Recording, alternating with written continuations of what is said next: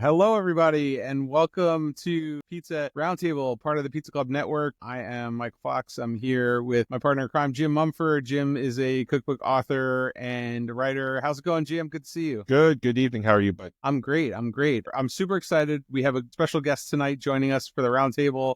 Alessio, you might know him as a pizza maker. He's got his Ape pizza business truck in Atlanta, but now he's branching out and doing some great stuff. How's it going, Alessio? Great to see you, first of all. Good. Hey, thank you, Michael. Thank you, Jim, for having me. Very excited. I'm in Quito, Ecuador today. We have a good project going on here, all about pizza, and I'm so excited to tell you more. Well, I'm excited to get into it. Why don't you tell us a little bit about your business? So I'm originally from Naples, Italy. That's where I learned and become to be a pizza maker since I was 16 years old. Then when I was 20, I moved to the United States, always be a Neapolitan pizza maker, working for different places in Texas, California, Indiana, New York. And then in 2017, I found my base in Atlanta, Georgia, working over there for Neapolitan pizzeria. And in 2020, I opened my own pizza catering truck, which is called Atlanta Pizza Truck. We operate from a vintage Ape car, like the 3 wheels with a wood fire oven. We do private party, it's graduation. Business is very, very good. Since 2020, we never stop. We also did a lot of movies.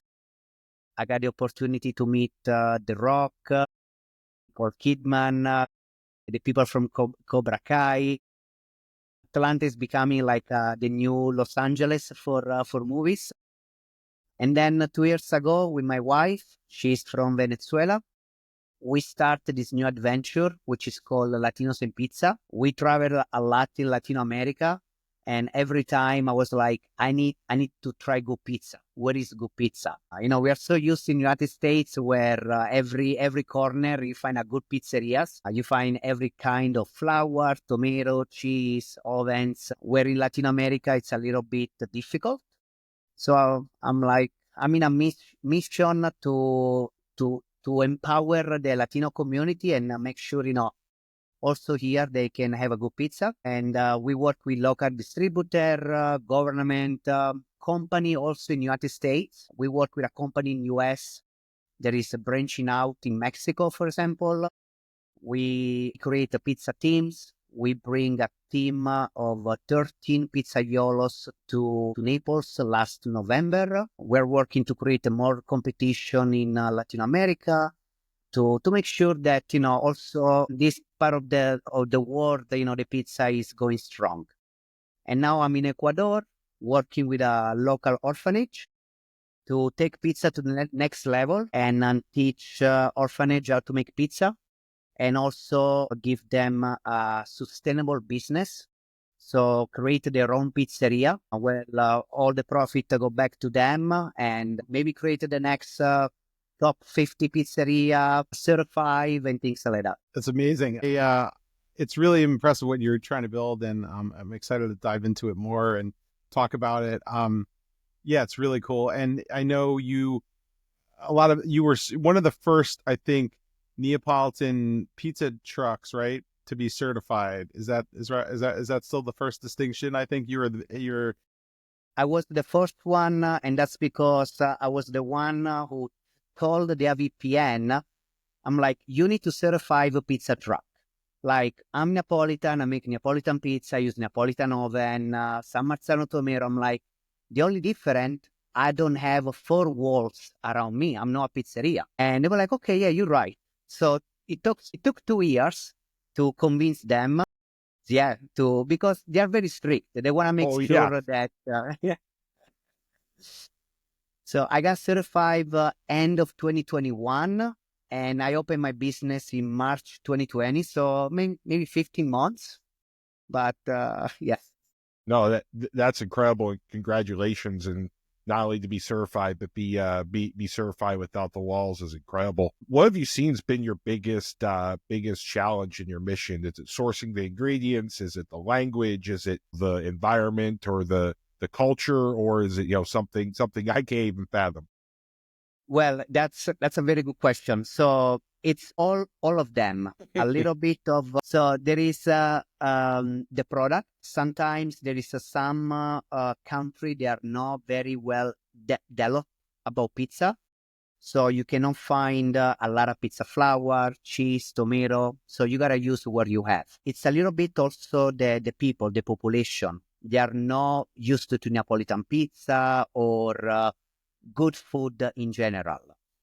And I like this is a challenge. I like challenges. I mean, I start Clearly. with the pizza truck. I remember one of my job in US, I opened a pizzerias in Indiana, Evansville, very small town, first Neapolitan certified pizzeria.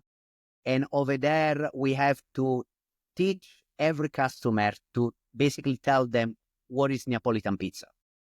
So I'm the kind of guy that I go where it's a challenge. If it's too easy, I don't like it. No, I love that. I'm actually from Indiana, and you're not Okay. wrong that Neapolitan pizza certainly people don't understand. Well, why is it so fluffy? It's just they're used to fast food or something style. So congratulations. And Domino was the pizzeria in town when we opened the first Neapolitan pizzeria. So everybody was like, but Domino is the best pizza. those are close, right? Those are just a hair off. Domino's and Neapolitan pizza. Yeah, They're sort of the no, same that's thing, right? same.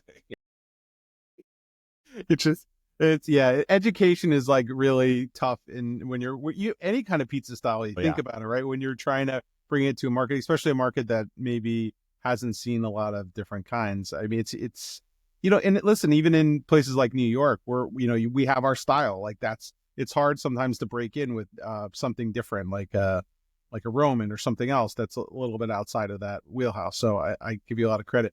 Well, we should, while we're talking about this topic, I want to make sure we show, as we usually cover the news stories of the week. So this is a news story from PMQ magazine, and wow, wouldn't you know, it's What are the odds? the Latinos in pizza.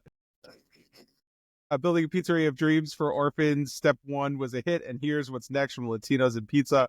Maybe you should just summarize the article for us, but I mean, this is pretty cool that PMQ did a little story about you guys who own Atlanta pizza truck. Here we go. So tell us a little bit about what's going on with what's next, or what's the plan here. What we did to make sure people know what we're doing.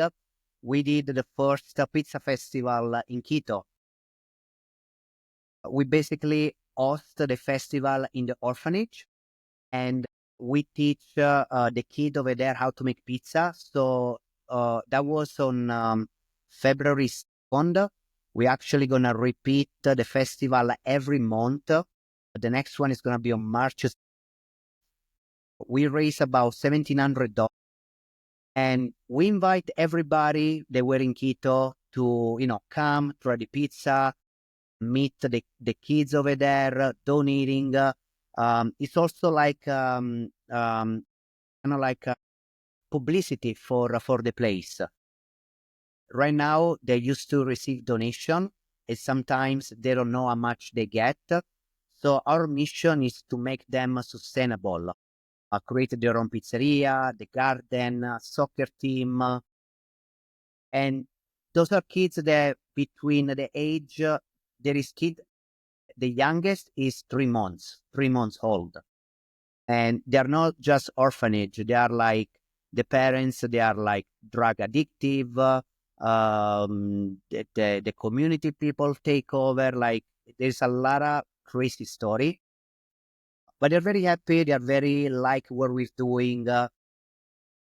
I spending almost all my day going there and talking with the sisters, the people that run the place, to see what we can do. And that was very exciting. And I love PMQ they actually did the 2 articles. And Rick was like, every time you have a story, please send me over because this is amazing. That's great. It's amazing. That's awesome. And just hats off to you, right? Not only are you, working with an orphanage and doing all, building, teaching the craft and teaching skills, you're also basically involving pizza in a city, a country. You're doing this all at the same time. It blows my mind that when you say you like a challenge, I'm not sure if I've heard of a bigger challenge in my life. It's fun, like today, for example, we are building a garden for them, and I will send you the video. It's a huge place. There is a 7 tree of avocado, and I never saw an avocado tree. So it was also amazing for me to see where the avocado come from.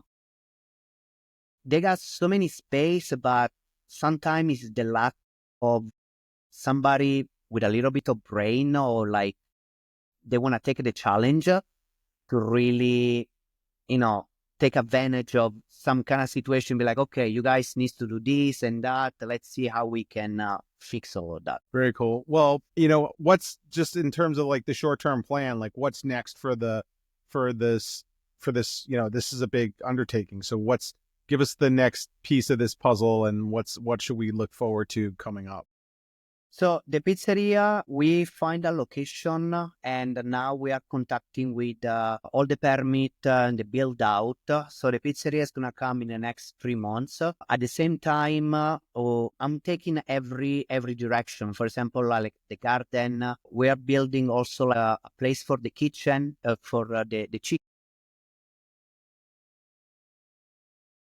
Hot topic right now.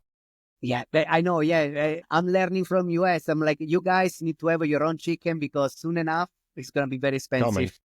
Yeah. Pizzeria is coming in the next 3 months. There's a lot of kids that want to play soccer, so we're thinking to also build a soccer team. It's very exciting. Actually, I'm planning to stay here for the next 2 years. I'm kind of juggling between the business that we have in Atlanta. I have an amazing team. We are doing catering every day, and I'm very glad that, my team is understanding what we're doing here.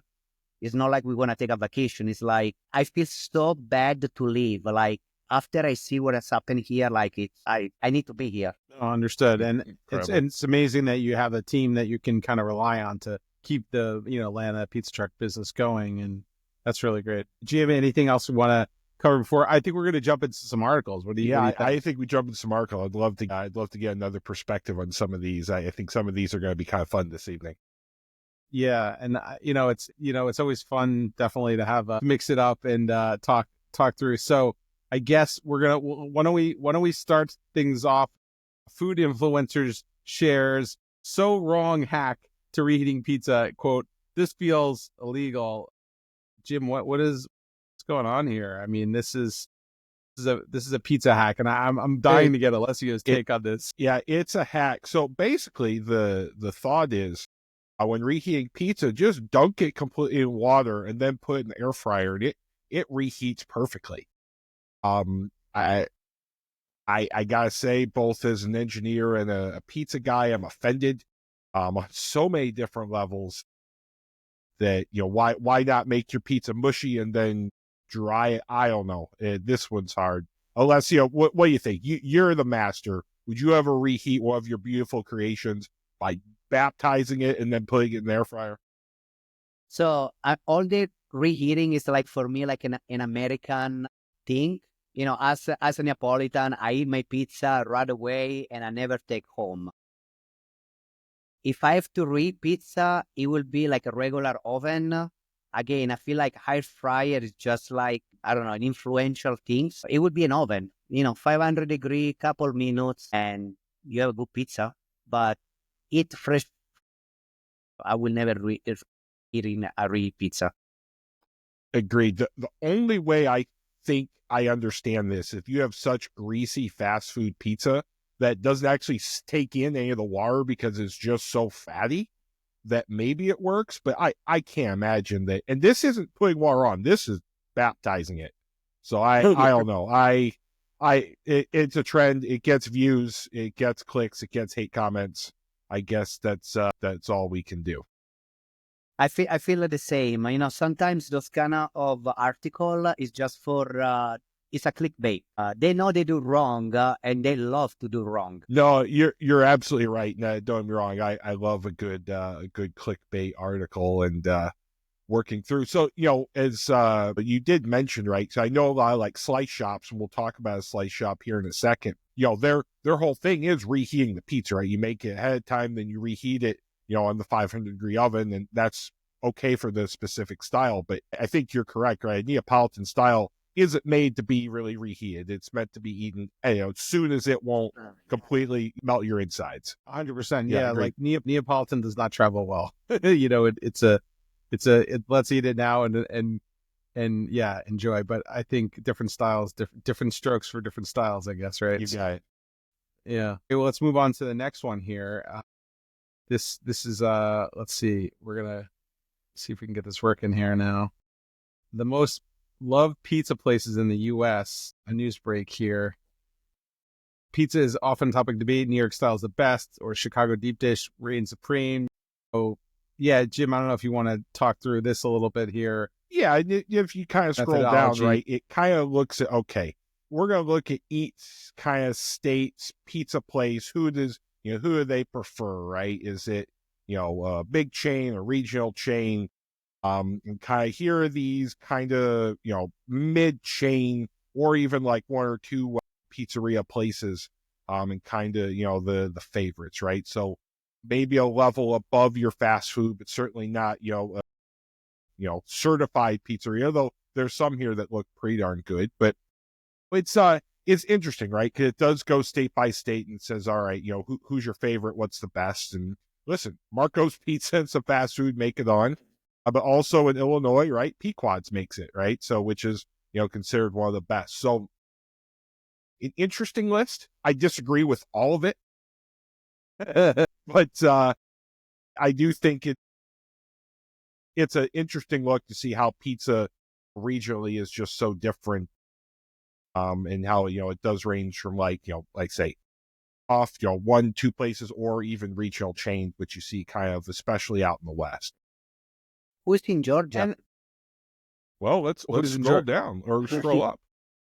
Yeah, let's get to Georgia. Yeah. It looks like they've got Savannah here. Vinny Van Gogh's is the Okay. familiar with. That's not in Atlanta though, so No, guess there's no And Atlanta. This list was interesting because they picked a lot of, I want to say, beach locations, if anything, or maybe even like touristy, right? Now, Michigan with Silver Beach Probably, Pizza, yeah. which is a good pie, but it wouldn't crack my top 10 in Michigan. So it was definitely listen, an interesting, I wouldn't call it clickbait, but everyone has their favorites, and certainly this author has theirs, and I think probably enjoys a good beach pie. And Alessio, I'd love to get your 2 cents on this because I mean, there's a lot of we cover a lot of pizza lists here in the Pizza Roundtable, and everyone's got their opinion. And obviously, if you're a pizza shop owner or a pizza business owner like yourself, it's nice to get recognized, right? No matter what the methodology is. In this case, it's from Moms Who Think, consulted Yelp and Google for top-rated pizza places, and that's kind of how they got there. So yeah, what's your thoughts on lists and being part of them, and or how that breaks down for you?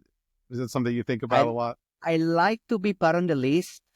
Be in the pizza world, sometimes you feel that some lists are kind of like not fake, but I don't know. You already know, why some people are there.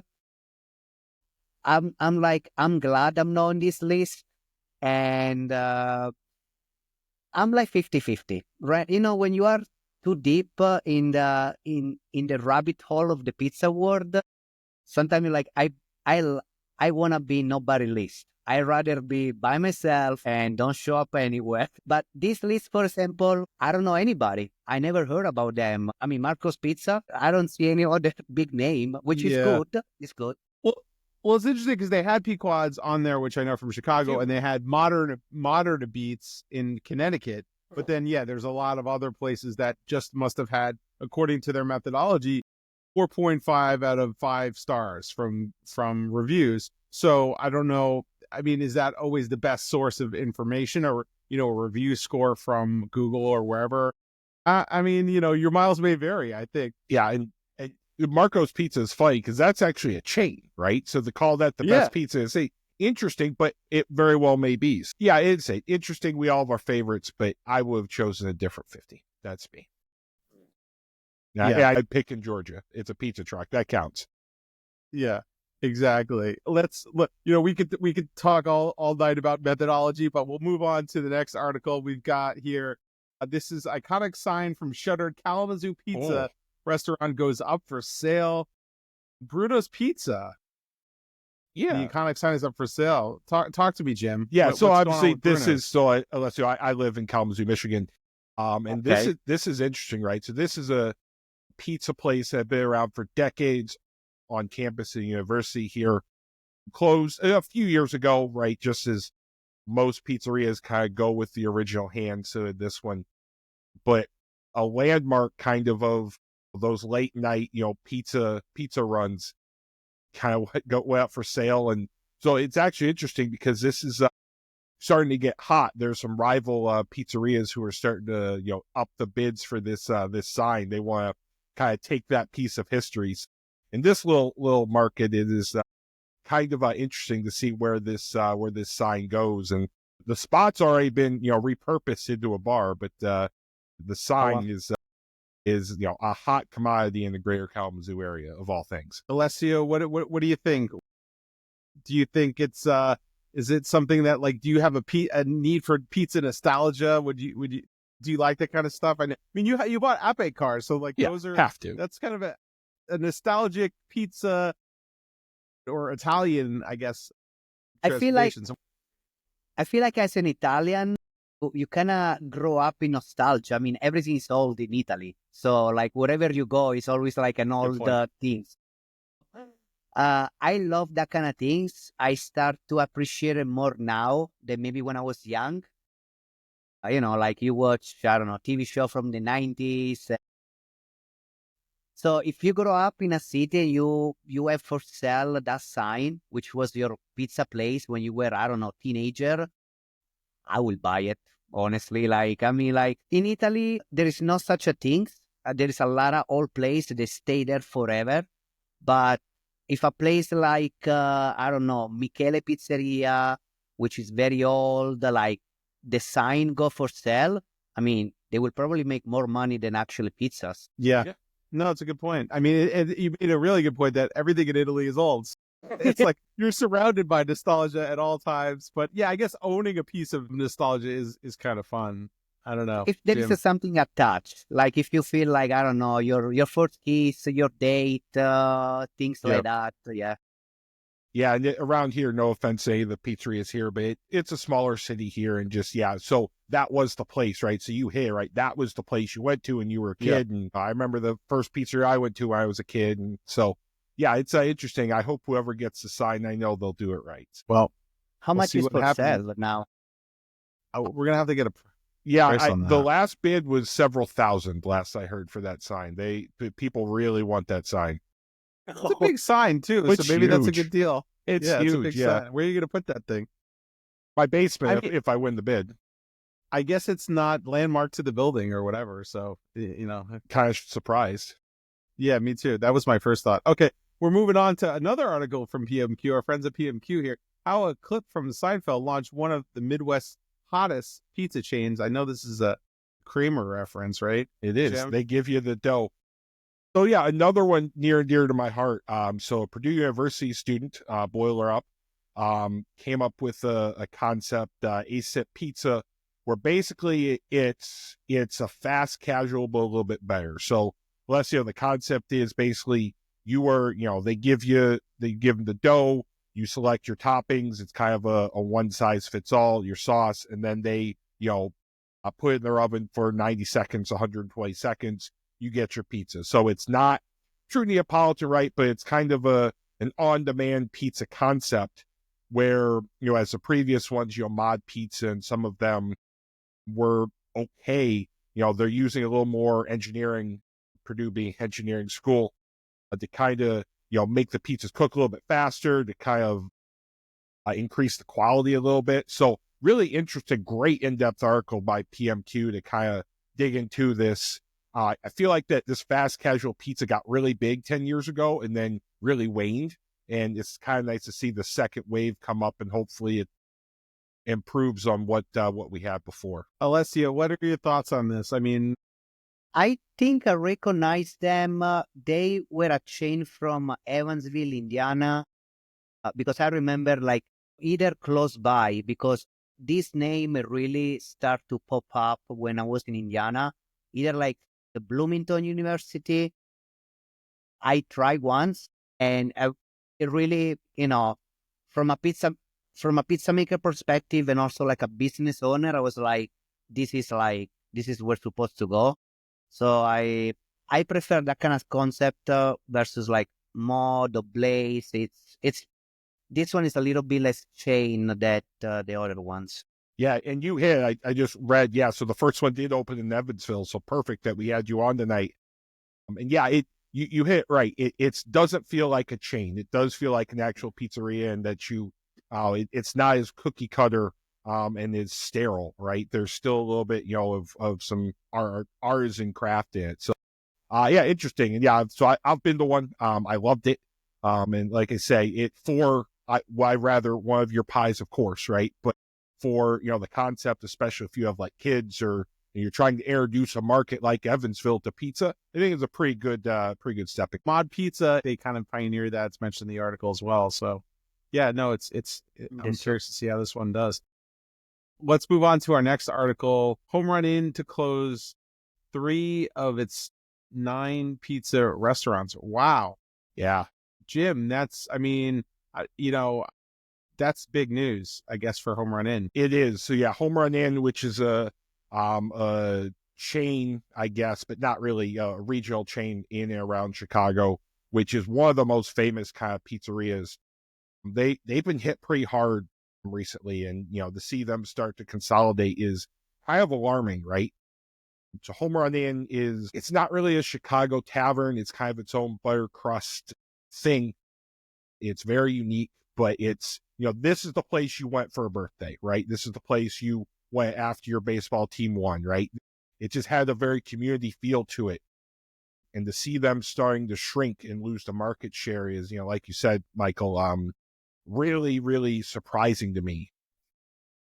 And, they say in the article they're focusing more on like the frozen pizzas, which again, right, it's not the same. But, Alessio, to you, I'm assuming you've never had Home Run Inn, but what do you think of these kind of regional chains, right? The better than fast food, but not true artisan pizzas, where I'm starting to see these markets are starting to get hurt, right? Either the cost of ingredients or whatever, that they're not premium and they're not at the bottom, and this middle class of pizza is starting to wane. Do you see that also? I see, for example, from my pizza catering, it's very hard to, keep all the costs under control, wages, cost of the ingredients, the rent. It's sad when, you see pizzeria closing, especially thinking that, when you think about pizza, everybody loves pizza. So it's kind of like an easy business in a say, like it's not easy to make, but, to understand and selling. It's difficult. It's difficult in US. I see from my perspective, I'm lucky to have a catering because I have a very low cost sometimes. Having a restaurant, and sometimes you have 3 days that you make money, Friday, Saturday, and Sunday. But you gotta stay open on Monday and Thursday and morning to night. So all the turnover and taxes and insurance, it's difficult. Yeah, it is. And we see it, we cover them every week, right? Where those pizzerias just can't keep up, right? People are just going to the lower end market. So it's hard. I really hope it changes soon.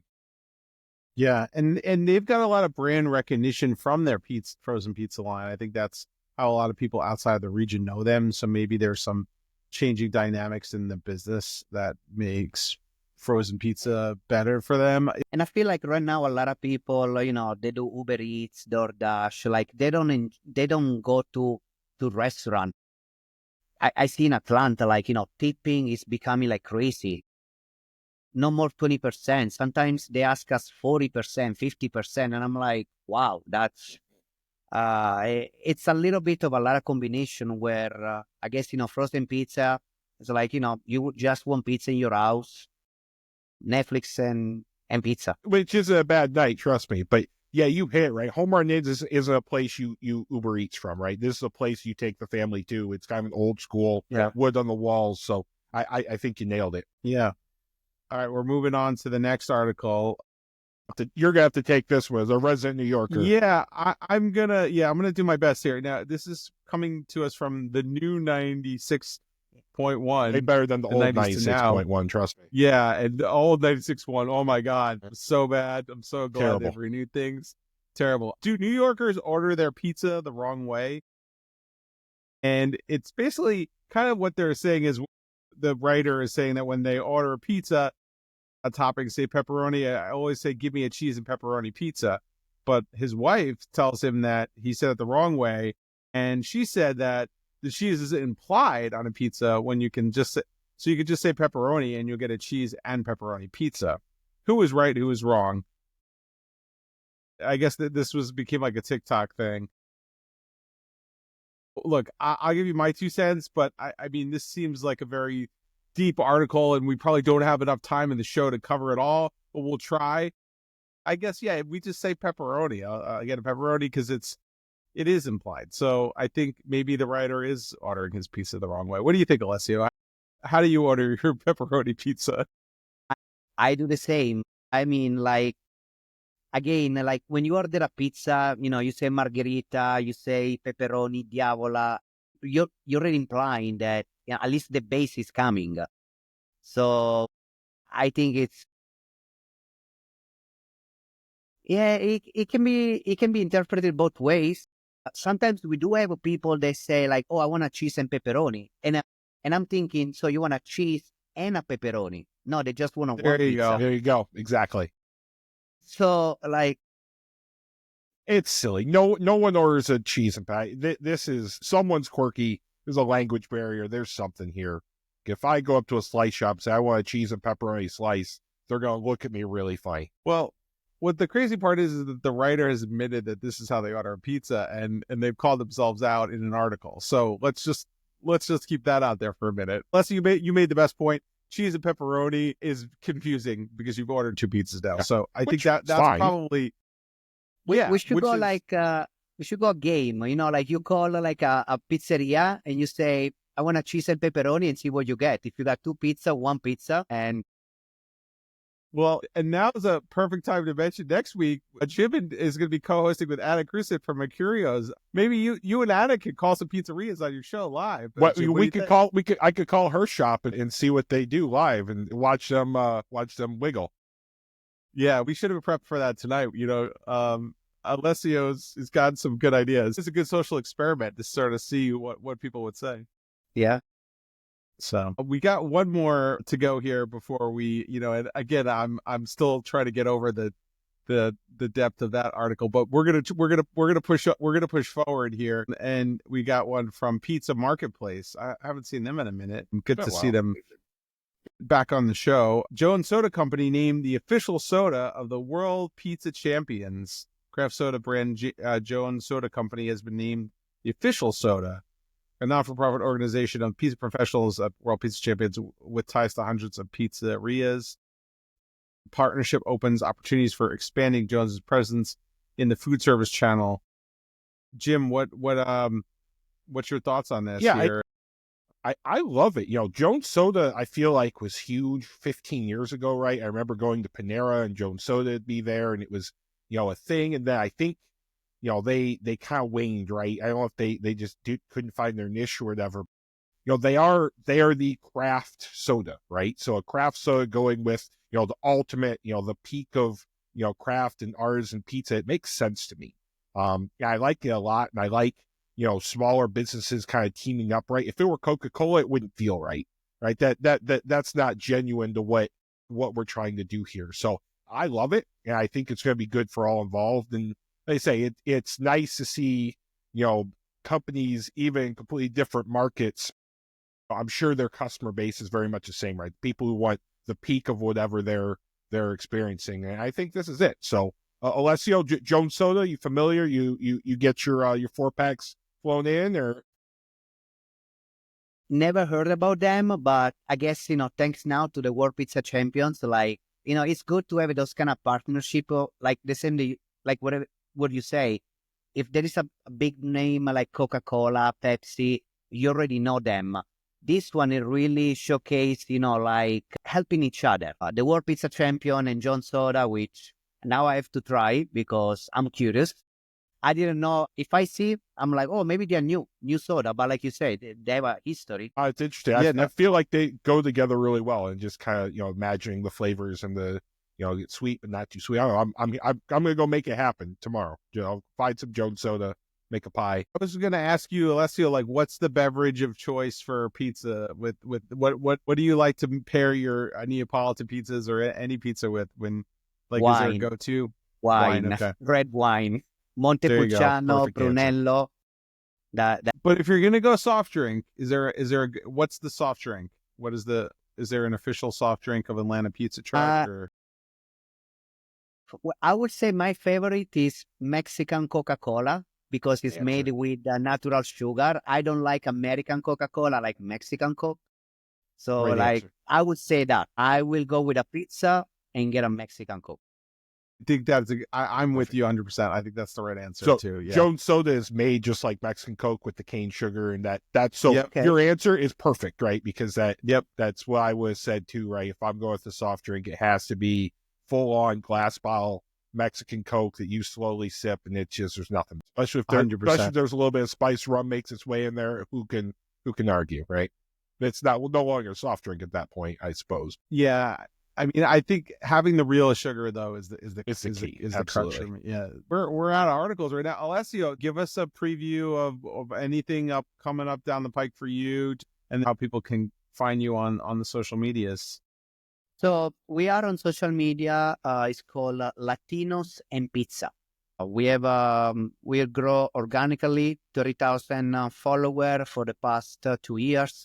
And what we do, we showcase a lot of Latino pizza maker. Every week we have a story about different pizzerias, and we like to find a pizzeria in a very remote places. There is one of Easter Island. We visit one pizzeria in the Galapagos here in Ecuador. There's one in Antarctica that we cover. That's what I love about the pizza world. And that's why I'm really taking this.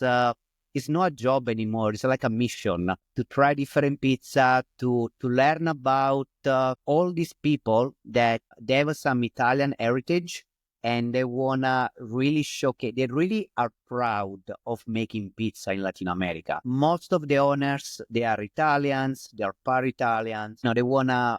They use the pizza for good. Like I say, like we are starting this project here in Ecuador. We really want to replicate this in all Latin America.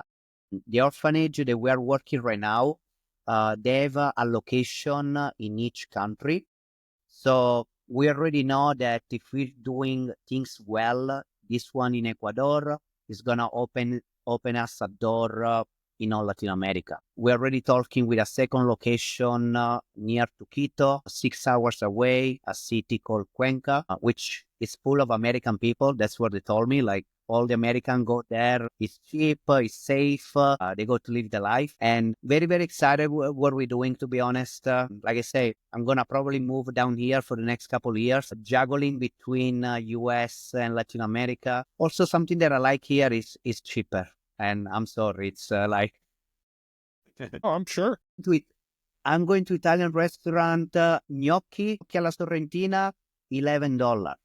Sit down Italian restaurant with water, and in Atlanta it's like minimum $20-$25, and I'm like, oh my gosh, like the power of your money, like you seem like it's worth more. That's what also we're realizing. It's interesting. Yeah, no, different cost of living for sure, and I'm excited for you. I hope you'll keep us posted and come back, and maybe Jim and I will fly down for the grand opening. I think we have to. You fire Pizza Club jet, and we'll make the rounds. Let's go. Let's get the jet fired up. We'll get down there. We'll bring some other pizza makers. 2025. Absolutely. It's our year, and that's Alessio's year. And please say hello to your wife for us as well. Yes. Sorry she couldn't join us, but we'll definitely see you guys again soon. Jim, how do people find you on social media? Yeah, Jim Cooks Food Good. Wherever you get your content, you'll run into me one way or another. And please, if you haven't already, you can subscribe to our YouTube channel below, down there, or give us a thumbs up, or hey, you can even turn on notifications if you want to get crazy. We appreciate all the love and comments, and we'll see you again next week. As I mentioned, next episode will be Jim and his special guest co-host for the month of March, Anna Crusit from Mercurio's Pizzeria. So we're looking forward to that. Thanks everybody for tuning in, and we'll see you next week on Pizza Roundtable, part of the Pizza Club Network. Take care, everybody. Yeah. Bye, everybody. Thanks, Alessio. Ciao.